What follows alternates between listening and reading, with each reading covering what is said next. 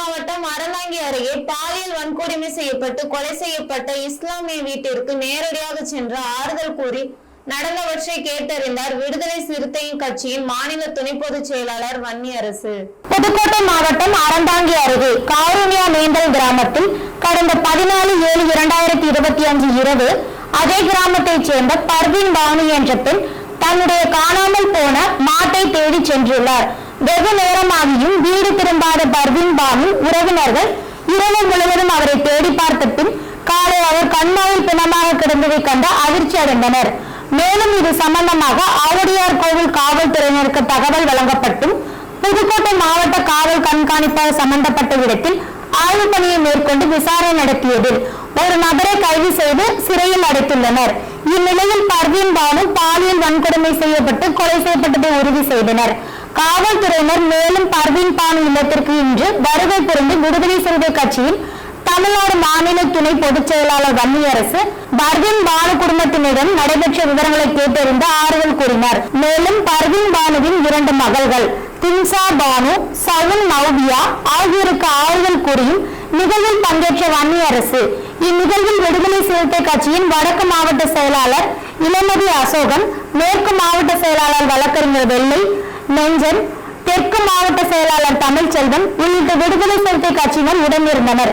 இதனைத் தொடர்ந்து செய்தியாளர்களை சந்தித்த வன்னியரசு வன்கொடுமை செய்யப்பட்டு கொலை செய்யப்பட்ட பர்வீன் பானு குடும்பத்தில் ஏழ்மையில் வசிப்பதாகவும் அவருடைய மகளுக்கு அரசு தரப்பில் இருந்து தற்காலிக அரசு பணி வழங்கப்பட்டிருப்பதாகவும் அந்த அரசு பணியை நிரந்தரப்படியாக வழங்க விடுதலை சிறுத்தை கட்சியினர் முன்னெடுப்பார்கள் எனவும் இது சம்பந்தமாக தமிழக முதல்வரை சந்திக்க இருப்பதாக தெரிவித்தார். மேலும் இந்த வன்கொடுமையை கண்டித்து வரும் ஆகஸ்ட் 1 அறந்தாங்கில் ஆர்ப்பாட்டம் நடத்தப் போவதாக தெரிவித்தார்.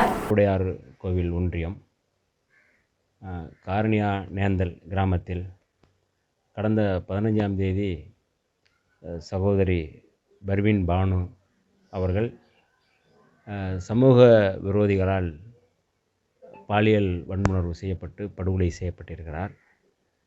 இந்த படுகொலையில் இதுவரை ஒருவர் மட்டுமே காவல்துறை கைது செய்திருக்கிறது. ஆனால் அந்த ஒருவர் மட்டும் இருக்க வாய்ப்பில்லை. பலர் அதிலே கூட்டு வல்லுறவு செய்திருக்கலாம் என்கின்ற சந்தேகத்தை குடும்பத்தைச் சேர்ந்தவர்கள், கிராமத்தைச் சேர்ந்தவர்கள் குற்றம் சாட்டுகிறார்கள். விடுதலை சிறுத்தைகளும் அந்த குற்றச்சாட்டில் உண்மை இருக்கும் என்று நாங்கள் நம்புகின்றோம். நடந்து 15 நாட்கள் ஆகிவிட்டது. ஒரே ஒருவரை மட்டும்தான் கைது செய்திருக்கிறது காவல்துறை. இங்கே இருக்கின்ற டிஎஸ்பியினுடைய விசாரணை நடவடிக்கைகள் ஒரு நம்பகத்தன்மையாக அல்லது நம்பிக்கையூட்டுவதாக இல்லை என்பதை பாதிக்கப்பட்ட குடும்பமும் இந்த பாதிக்கப்பட்டவர்களுக்காக போராடுகின்ற இயக்கங்களும் விடுதலை சிறுத்தைகளும் தொடர்ந்து சொல்லி வருகின்றோம். ஆக அந்த வகையில் 15 நாள் ஆகியும் சமூக விரோதிகள் பாதுகாக்கப்படுகிறார்கள் அல்லது காப்பாற்றப்படுகிறார்கள் என்கின்ற ஐயம் வலுவாக எழுகின்றது. அது மட்டுமல்ல, பாதிக்கப்பட்ட குடும்பத்திற்கு அமைச்சர்கள் உள்ளிட்ட எல்லோரும் வந்து ஆறுதல் சொன்னாலும் அந்த குடும்பத்திற்கான உதவி, நிவாரண உதவியோ அல்லது அரசு தரப்பில் வழங்கப்பட்டிருக்கின்ற வாக்குறுதிகள் அந்த பாதிக்கப்பட்ட குடும்பத்தில் அந்த பர்வீன் பானுவுக்கு 2 பெண் குழந்தைகள், 2 பேரும் படித்தவர்கள். அப்படி படித்தவர்களுக்கு அரசு உடனடியாக வேலைவாய்ப்பு வழங்க வேண்டும் என்பதுதான் மிக முக்கியமான கோரிக்கை. எந்த ஆதரவும் இல்லாமல் நிர்கதியாக இருக்கக்கூடிய இந்த குடும்பத்திற்கு உடனடியாக தமிழக முதலமைச்சர், மாண்புமிகு முதல்வர் அவர்கள் இதில் நேரடியாக தலையிட்டு அந்த குடும்பத்தில் ஒருவருக்கு அரசு வேலைவாய்ப்பை வழங்க வேண்டும். குறிப்பாக அதிலே ஒரு குழந்தை, ஒரு பெண் பிள்ளை பிஎஸ்சி பிஎட், பிஏ பிஎட் படித்திருக்கிறார்கள்.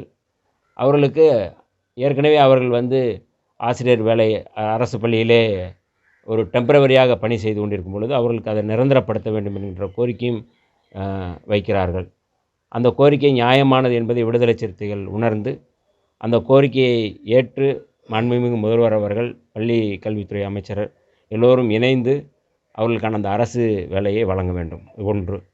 இரண்டாவது, இந்த படுகொலையில் சம்பந்தப்பட்ட குற்றவாளிகள் பலர் மறைக்கப்பட்டிருக்கிறார்கள் அல்லது பலர் பாதுகாக்கப்பட்டு வருகிறார் என்பதை ஒரு ஐயத்தோடு அல்லது சந்தேகத்தோடு கேள்வி எழுப்புகின்ற சூழலில் இந்த வழக்கை டிஎஸ்பி தலைமையிலான குழு விசாரணை செய்யாமல் சிபிசிஐடி விசாரணை செய்ய வேண்டும் என்று விடுதலை சிறுத்தைகளின் சார்பில் நாங்கள் கோரிக்கை வைக்கின்றோம். அந்த கோரிக்கையை நடைமுறைப்படுத்த வலியுறுத்தி, அந்த கோரிக்கையை செயல்படுத்த வலியுறுத்தி வருகின்ற 1ஆம் தேதி மாலையிலே அறந்தாங்கியிலே விடுதலை சிறுத்தைகளின் சார்பில் கண்டன ஆர்ப்பாட்டம் ஒருங்கிணைக்கப்பட்டிருக்கின்றது.